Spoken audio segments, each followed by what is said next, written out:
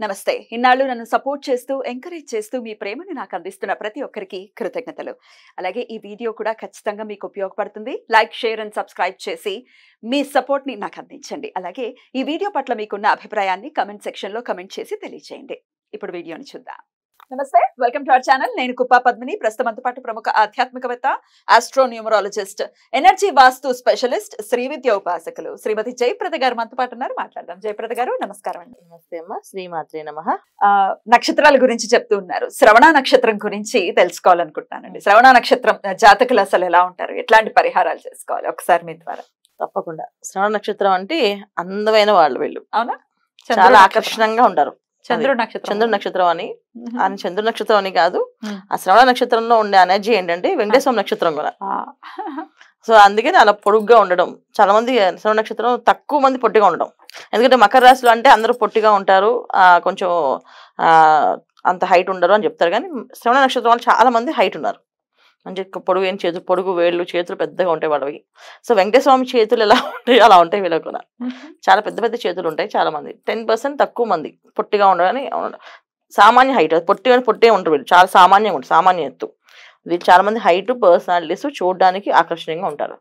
వాళ్ళని చూస్తే మన కడుపు నిండిపోయేటట్టుగా ఉంటారు. అంత చక్కగా ఉంటారు వీళ్ళు రూపం, అమ్మాయిలైనా అబ్బాయిలైనా. సో వీళ్ళకి ఏదో ఒక ఆకర్షణమైన పాయింట్స్ ఉంటాయి వాళ్ళ దగ్గర. కొంతమందికి కళ్ళు బాగుంటాయి, కొంతమందికి మొహం చాలా అందంగా ఆకర్షణగా కనిపిస్తుంది, కొంతమంది శరీరం మొత్తం ఆకృతి అంతా చక్కగా అందంగా అనిపిస్తుంది. ఇలా లక్షణాలు కొన్ని పాయింట్స్ అంటే, ఎందుకంటే ఇక్కడ లగ్నాలు బట్టి మళ్ళీ వీళ్ళకి మార్పులు చేర్పులు ఉంటాయి. కానీ వీళ్ళ ఇది చూడడానికి రూపం మాత్రం ప్రశాంతంగా ఉంటారు. ఎంత ప్రశాంతంగా కనిపిస్తారో కానీ అంత కోపం. వాళ్ళకి కోపం వస్తే అసలు మనం భరించలేం. కోపం రాకుండా ఉన్నంతకాలం బాగుంటుంది అది. సో కోపం అనేది వీళ్ళకి తొందరగా వస్తుంది. ఏ విషయమైనా తొందరగా కోపం వస్తుంది, కానీ వెంటనే దానికి కూల్ అయిపోతుంటారు. దానికి ఆన్సర్ చెప్పామనుకోండి కూల్ అయిపోతారు. ఆ లక్షణాలు ఎక్కువ. ఎడ్యుకేషన్ చాలా బాగుంటుంది, మహా తెలివైన వాళ్ళు. ఎంత తెలివితేటలు ఉన్నాయంటే వీళ్ళవి అసలు ఆ తెలివితేటలు చూస్తే మనకే భయం వేస్తుంది. అలాంటిది తెలివైన వాళ్ళు.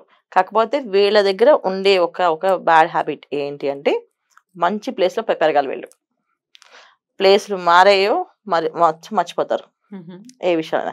చాలా మంది పిల్లలకి హాస్టల్లో పెడతారు. సో హాస్టల్స్ లో పెంచామంటే ఇంకా మాట వినరు. ఇంట్లోనే పెంచాలి, అన్ని విషయాలు నేర్పించి పెంచాలి వాళ్ళని. సో మన పూజ పునస్కారం, ఆచారాలు, వ్యవహారాలు, ధర్మాలు అని చెప్తూ వాళ్ళు పెంచాలి. అప్పుడు వాళ్ళు చాలా చక్కగా నేర్చుకుని పెద్ద అవుతారు. చిన్నప్పుడు చిన్న పిల్లలు అయితే ఏమంటే మొండిగా జారైపోతారు. వాళ్ళు అనుకున్నదే సాధిస్తుంటారు. ఏమంటారంటే నాకు ఈ విషయం తెలుస్తుంది, చదివే అంటే వీళ్ళకి బాగా తెలియట్లు ఎక్కువ ఉంటాయి కదా, ప్రతి విషయం చదువుతుంటారు.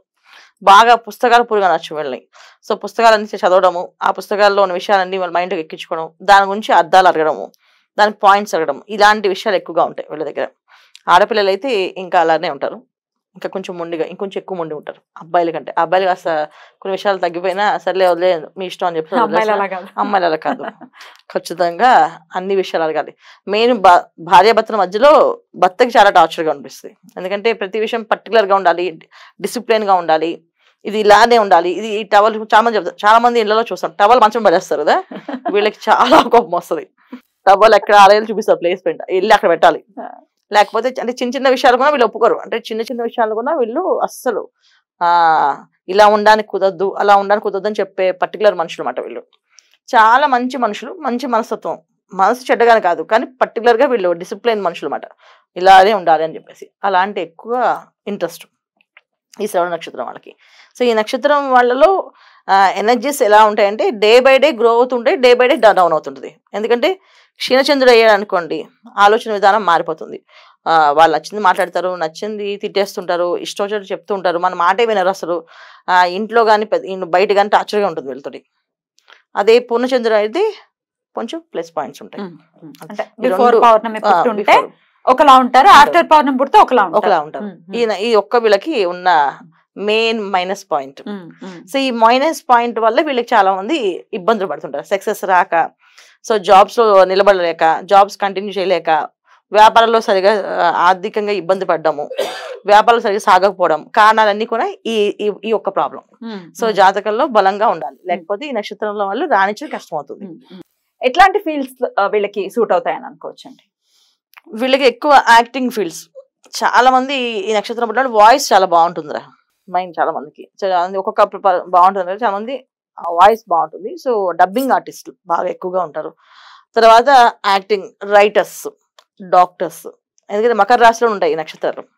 సో మకరం రాశి అంటేనే అది పవర్ఫుల్ గా ఆయన ఇస్తారు. తర్వాత చాలా మంది అవుట్ ఆఫ్ కంట్రీస్ అంటే మన సౌదీ కానీ అమెరికా కానీ ఇలా వెళ్ళి వీళ్ళు సంపాదించడం, ఉద్యోగాలు చేయడం కానీ, సెటిల్ అవడం అని ఉంటుంది. సో వీళ్ళ సక్సెస్ ఎప్పుడు కూడా ఏంటంటే మకర రాశిలో ఉన్న వాళ్ళకి వాళ్ళు పుట్టిన ఊరు నుంచి దూరంగా వెళ్ళాలి, అప్పుడు వాళ్ళ సక్సెస్ వస్తుంది.